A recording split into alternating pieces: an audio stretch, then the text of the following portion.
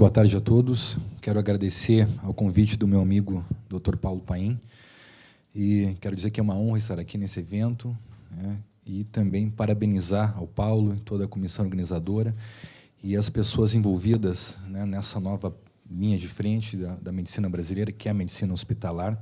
Quero dizer que eu sou entusiasta disso, né, eu falei já para o Paulo, que eu acredito que a medicina hospitalar já nasceu forte, já nasceu robusta, porque ela veio preencher uma lacuna que estava se criando, e ela, na minha opinião, é simplesmente a evolução natural, né, da medicina dentro da nova necessidade dos novos modelos.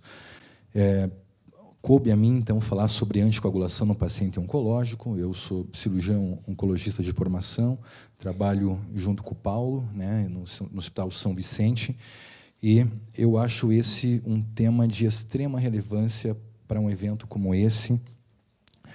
Eu quero chamar a atenção de vocês nesse primeiro slide para a dimensão do problema que é a trombose no paciente com câncer. Então, os pacientes têm aumento da sua morbidade através do aumento da hospitalização, da anticoagulação, a síndrome pós-trombótica e suas consequências.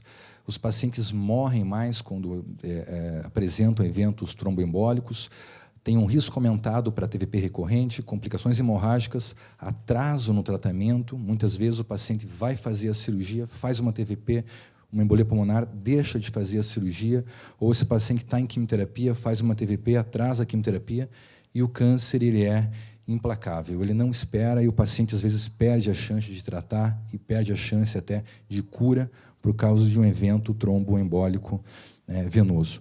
E também, né, muito apropriado para esse evento de hoje, aumento significativo dos custos de tratamento e um ciclo vicioso que se cria com esses pacientes que apresentam eventos tromboembólicos. Meu objetivo aqui é passar a nossa vivência diária de maneira muito prática, não vou apresentar tabelas, slides mirabolantes de fisiopatologia. A intenção minha aqui é ajudar com o nosso conhecimento, né, e passar alguma informação para vocês. Basicamente, então, o roteiro dessa apresentação vai ser falar um pouquinho dessa relação de câncer e trombose, avaliar o risco dos pacientes e falar um pouco de prevenção, tratamento e o que nós temos de diretrizes atuais. O câncer ele é, por si só, um evento pré-trombótico, né? Muitas vezes o vascular encaminha o paciente para a gente porque esse paciente abriu o quadro de câncer com uma trombose já.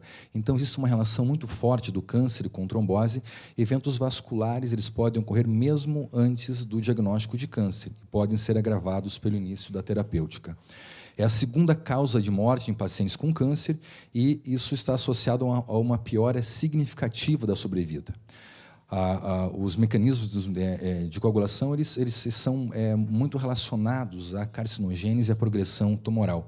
A incidência é alta em pacientes ambulatoriais e o que nós queremos hoje é falar sobre redução de morbidade e de mortalidade através de medidas de prevenção e de tratamento efetivos. Isso começou a ser falado, estudado há 150 anos atrás, né, por Armand Trousseau, que em estudos de necropsia percebeu que os pacientes que evoluíam a óbito por câncer, ele, nos seus estudos de necropsia, ele observava alguma trombose, alguma tromboflebite, algum trombo em algum lugar, e isso numa taxa de 50%. Ironicamente, Trousseau faleceu de um evento tromboembólico decorrente de um câncer gástrico.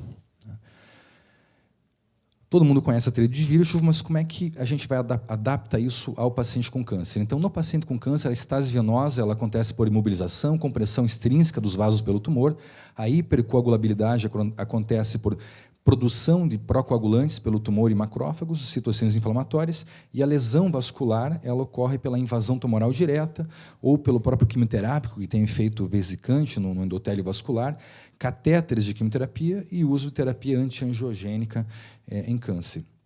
Então, vejam, a célula tumoral ela produz fatores que ativam, né, os eventos tromboembólicos.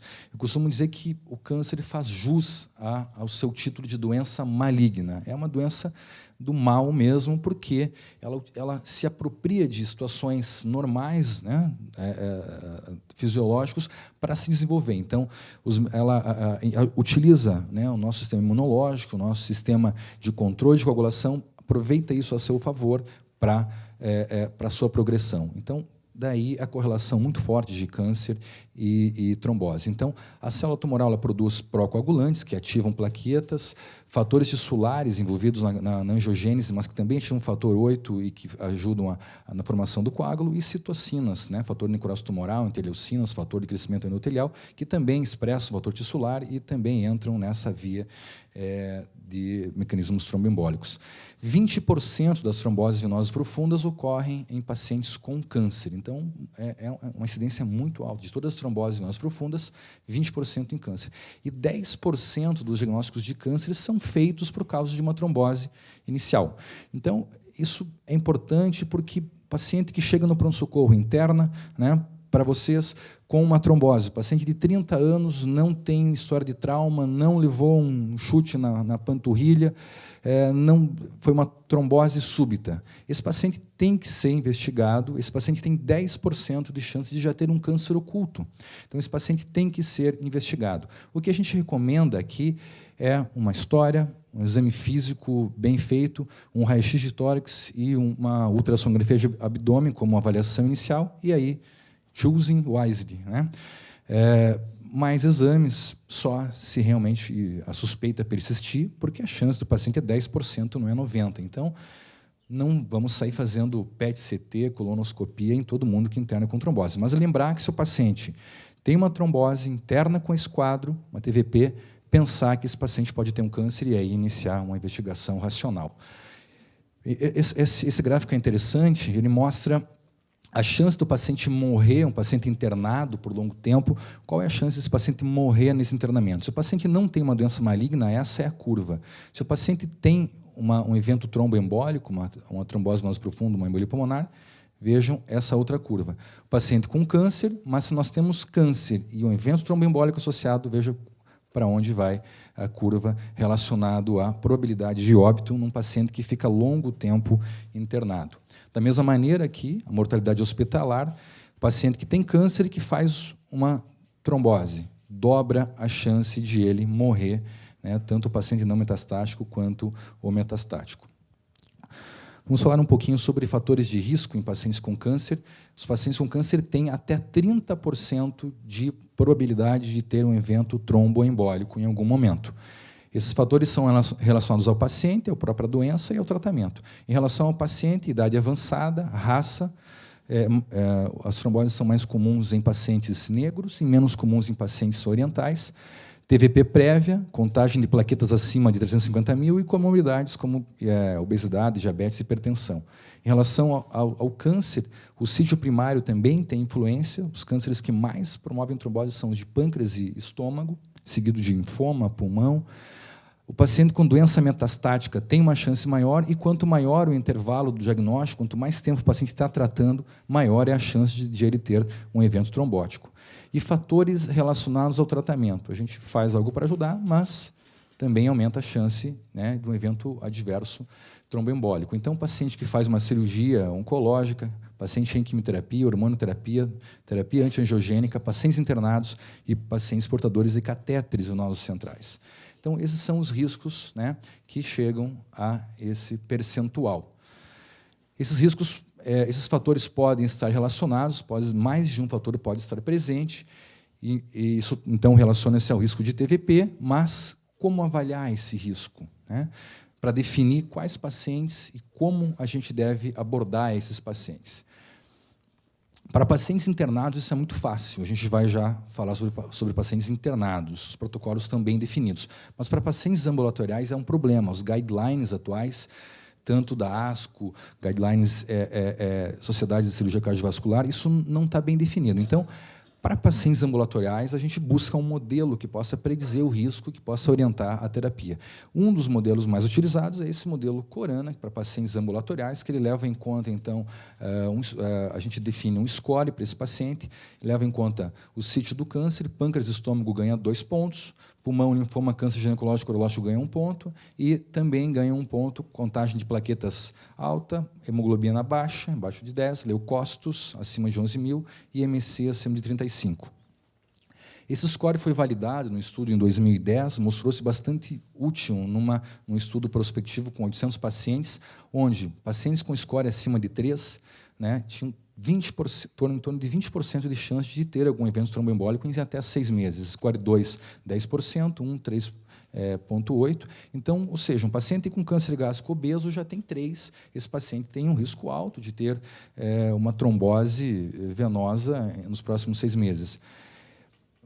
Embora a gente tenha isso, os guidelines não validam fazer profilaxia anticoagulante para todos os pacientes ambulatoriais. A gente vai já falar um pouquinho mais, a gente tem que individualizar cada caso, mas esses modelos de avaliação nos ajudam. Vamos entrar, então, num outro momento dessa apresentação, que é a prevenção, né? A gente vai estratificar isso em paciente cirúrgico, clínico e ambulatorial, começando com paciente cirúrgico, né? Aquele paciente que está internado, fez uma cirurgia. Hoje é muito comum a gente ter a equipe multidisciplinar, com oncoclínico, médico hospitalista, cuidados paliativos, todo mundo trabalhando junto em torno desses pacientes. Então, é importante saber que o paciente que fez uma cirurgia grande, ele tem um risco alto de trombose nos primeiros dias, o risco vai caindo, e depois, nas cirurgias de grande porte, aqui é a média de todas as cirurgias, pequeno, médio e grande, nessa corte, mas nas cirurgias de grande porte, o risco volta a subir. Na média, a gente tem esse gráfico. Isso justifica o porquê fazer profilaxia prolongada em alguns pacientes com cirurgia de grande porte e com fatores de risco. Em alguns pacientes, a gente recomenda a profilaxia até 30 dias do pós-operatório. Mesmo o paciente indo para casa, ele deve receber a sua profilaxia. Então, nesse estudo, tá, com 2.300 pacientes, a incidência de tromboembolismo venoso foi de 2,1, mortalidade de 1,7, né, como eu falei aqui, o risco vai aumentando. E metade desses pacientes evoluíram óbito por embolia pulmonar fatal. Então, o nosso objetivo é evitar óbito por esses eventos. 3 grandes estudos que compararam placebo e nada versus heparina de baixo peso molecular, 2 estudos importantes, clássicos, mostrando o benefício de se fazer profilaxia estendida após cirurgia de grande porte. Então, de maneira muito purista, prática, né, o nosso dia a dia. O que se sabe já? Isso está bem definido, né, já passou da fase de mostrar análise comparativa de heparinas, mas assim, o que se sabe hoje? O que funciona, então, em paciente cirúrgico é heparina, seja não fracionada, seja de baixo peso molecular. A gente tem isso muito fácil hoje até no SUS, então a gente acaba usando isso. A dose é 40 miligramas dia. Independe do peso do paciente, do sítio do câncer ou de qualquer outro fator. 40 miligramas dia se for usar a enoxaparina. Tá? Isso reduz o risco de trombose em 60% para pacientes que usam até 30 dias, 4,8% para pacientes que usam por 6 dias e 12% se a gente utiliza por 10 dias. Mas quando utilizar esses períodos? Então, o que a gente fala é o seguinte, então, a enoxaparina, se for a opção, 40 miligramas dias, a gente usa por 7 a 10 dias. Se o paciente vai para casa, o ideal é que se prescreva a enoxaparina e o paciente utilize em casa isso, né, por 10 dias. Em cirurgias de grande porte ou outros fatores de risco, o ideal é que se use por 4 semanas. E lembrar que o paciente neurocirúrgico não tem que ter medo de fazer profilaxia, ele tem uma chance grande de eventos tromboembólicos, a gente tem que também fazer essa prevenção. Então, quais são esses fatores de risco para paciente que faz cirurgia oncológica, né, para a gente anticoagular esses pacientes por períodos maiores? Paciente, então, com história prévia de TVP, um odds ratio grande, tempo de anestesia maior que 2 horas, tempo de repouso no leito maior que 4 dias, tumores avançados, idade acima de 60 anos, são fatores de risco que fazem a gente pensar em aumentar o nosso tempo de profilaxia nesses pacientes. Paciente clínico, paciente que está no ambulatório de oncologia clínica, interna com uma pneumonia, para, né, os senhores cuidarem, tratarem, nos auxiliarem nesses pacientes clínicos, oncológicos, que internam para o médico hospitalista. Então, o que se sabe hoje? Né? Existe um pouco ainda de controvérsia em relação a anticoagular esses pacientes, basicamente porque alguns pacientes são trombocitopênicos fazendo quimioterapia, mas a trombocitopenia não é contraindicação. Desde que o paciente não esteja sangrando, mesmo paciente trombocitopênico, acima de 50.000 plaquetas, esse paciente deve receber suas medidas profiláticas para a trombose, e a única exceção é se o paciente teve sangramento agudo ou recente. Então, a tendência hoje é realizar a profilaxia. Novamente, né, a heparina de baixo peso molecular é a primeira opção. A gente tem mais facilidade nos hospitais e utiliza mais a enoxaparina, e, da mesma maneira, a dose é a mesma, independe do peso, independe do sítio do câncer. Aqui a gente está falando de prevenção e não tratamento. E, então, para todos os pacientes oncológicos internados em ambiente hospitalar, por indicação clínica oncológica, e ao contrário do paciente cirúrgico, onde a gente define um período maior no pós-alta, para o paciente, paciente clínico, né, com câncer, a recomendação é só durante o tratamento. Foi para casa, acabou. Não há benefício em deixar esse paciente com aspirina, novos anticoagulantes orais, vou falar já um pouquinho sobre isso para a oncologia, e não há benefício, então, além do período hospitalar. Tá? Pacientes ambulatoriais, isso é um pouco mais controverso, eu falei para vocês, então os guidelines atuais não recomendam. O paciente ambulatorial, de modo geral, não. Mas eles têm um risco elevado também. Então, o que a gente coloca é que você deve avaliar caso a caso, né? Um paciente que teve uma TVP já, que é obeso, que tem um câncer avançado, e talvez esse paciente tenha um câncer de pâncreas, de estômago, esse paciente talvez deva receber profilaxia. Novamente, o que eu mostrei para vocês antes, então, tentar usar modelos já validados. E é claro que os guidelines se baseiam nisso aqui. Nós temos vários estudos, estudos sobre profilaxia ambulatorial, a maioria deles não mostrando significância estatística nesses pacientes, mas quando a gente estratifica por doença, parece que a coisa começa a mudar. Veja, quando a gente pega só paciente com câncer de pâncreas, parece que isso é bastante significativo. Então, a gente deve individualizar a profilaxia. Por fim, tratamento. Lembrar que tratar paciente com trombose venosa profunda não é para tirar a dor nem o edema na perna. Isso vai acontecer naturalmente, faz parte, né, do quadro, ele vai se recuperar. Quando a gente fala em tratar uma TVP, a gente tem esses 3 objetivos: prevenir embolia pulmonar fatal, prevenir uma TVP recorrente e prevenir a síndrome pós-trombótica e suas consequências. E o tratamento recomendado, eu não falei no primeiro slide, eu não tenho conflito de interesse, tá? Não vou ganhar nenhuma viagem para o Caribe, né, da empresa aqui, mas o que a gente mais usa é a enoxaparina, e aqui a dose, então, como a gente sabe, é uma dose de 1 mg por quilo, 2 vezes ao dia, no tratamento do tromboembolismo associado ao câncer. Não vamos falar de embolia pulmonar, isso acho que, né, é um outro assunto, mas aqui a gente está falando de eventos de tratamento a nível de enfermaria, não UTI. Né? Então, ela oferece uma maior sobrevida que os cumarínicos, é mais eficaz que os cumarínicos e reduz episódios recorrentes em 52%. Inibidores de trombina, ou de fator X ativado para o tratamento de trombose em pacientes com câncer, não existem estudos controlados definitivos. Hoje se utiliza muito, né, os novos anticoagulantes orais, o Pradaxa, o Xarelto, para outras situações que não pacientes com eventos tromboembólicos com câncer, mas quando a gente fala de câncer, a gente ainda não tem estudo e não é recomendado ainda. Vocês viram que paciente com câncer tem uma outra via de ativação de fatores trombóticos. A gente acredita que isso vai acontecer em breve, o que faltam é estudos controlados, é muito provável que isso seja validado. Né? Complicações hemorrágicas, 13% dos pacientes oncológicos, o tempo de tratamento não é totalmente estabelecido, o que se recomenda é o seguinte: 6 meses é o que mais se usa. Mas se o paciente estiver com seu câncer em tratamento, fazendo quimioterapia, aguardando uma nova cirurgia, internando com frequência, manter, então, esse tratamento por mais tempo. Né? Se o paciente tratou o seu câncer, ele está bem, 6 meses dá para interromper. Doença ativa, prolonga isso o tempo que for necessário.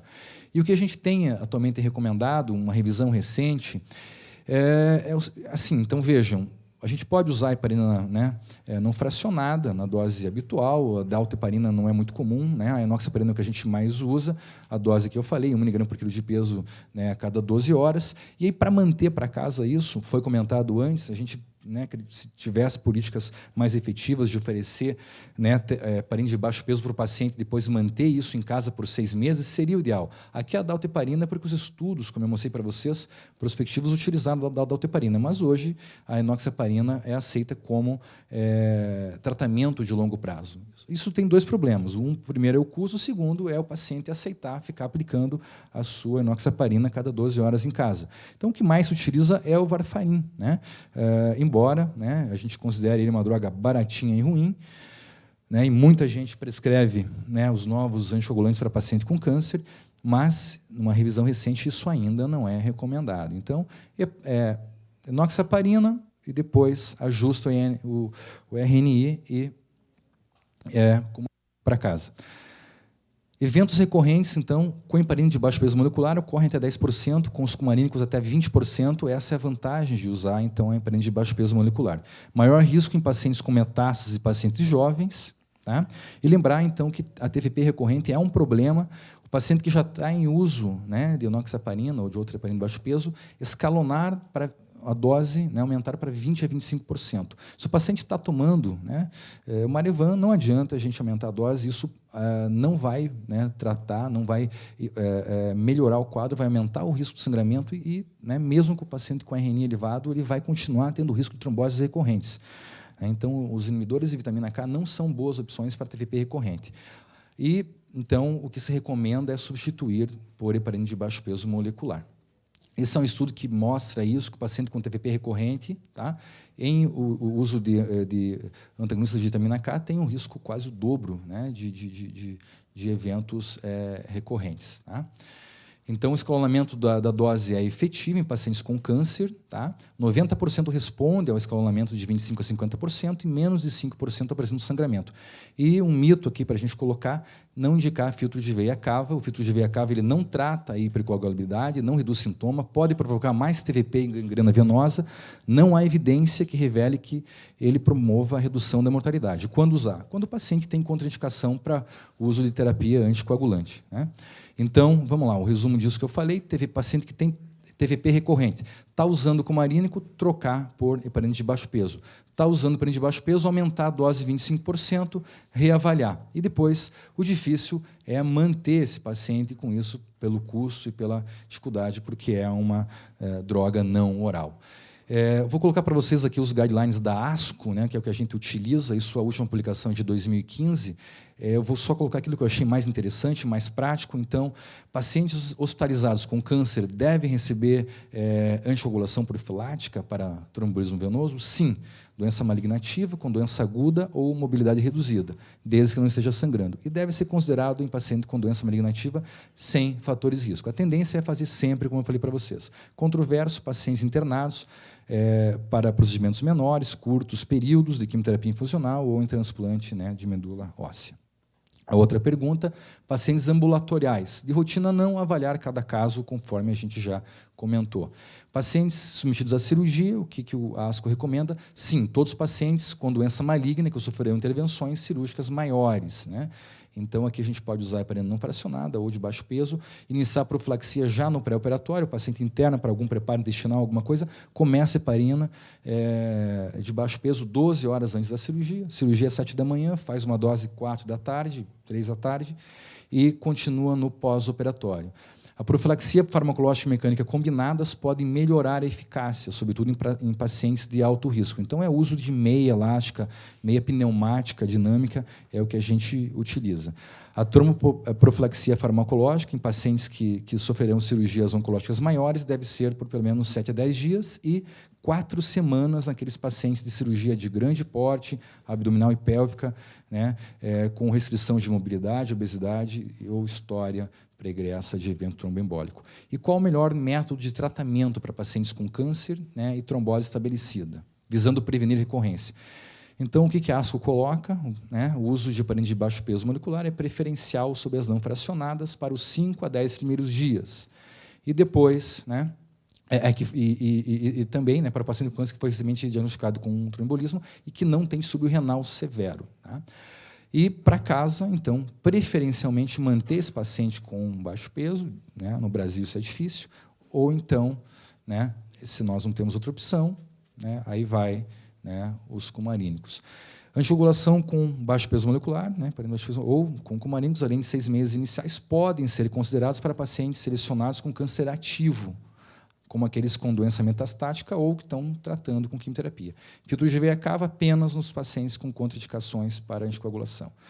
Uma evidência recente, uma revisão sobre o uso dos novos anticoagulantes orais, evidência atual, 6 estudos randomizados com quase 20 mil pacientes, analisando, né, os novos anticoagulantes, o Pradaxa e o Xarelto, e outros, né, e a conclusão é que ainda não existe evidência para a gente utilizar de rotina em pacientes com câncer. Né? Como eu falei, espero que isso, né, logo apareçam drogas melhores que a enoxaparina de uso não oral. Né?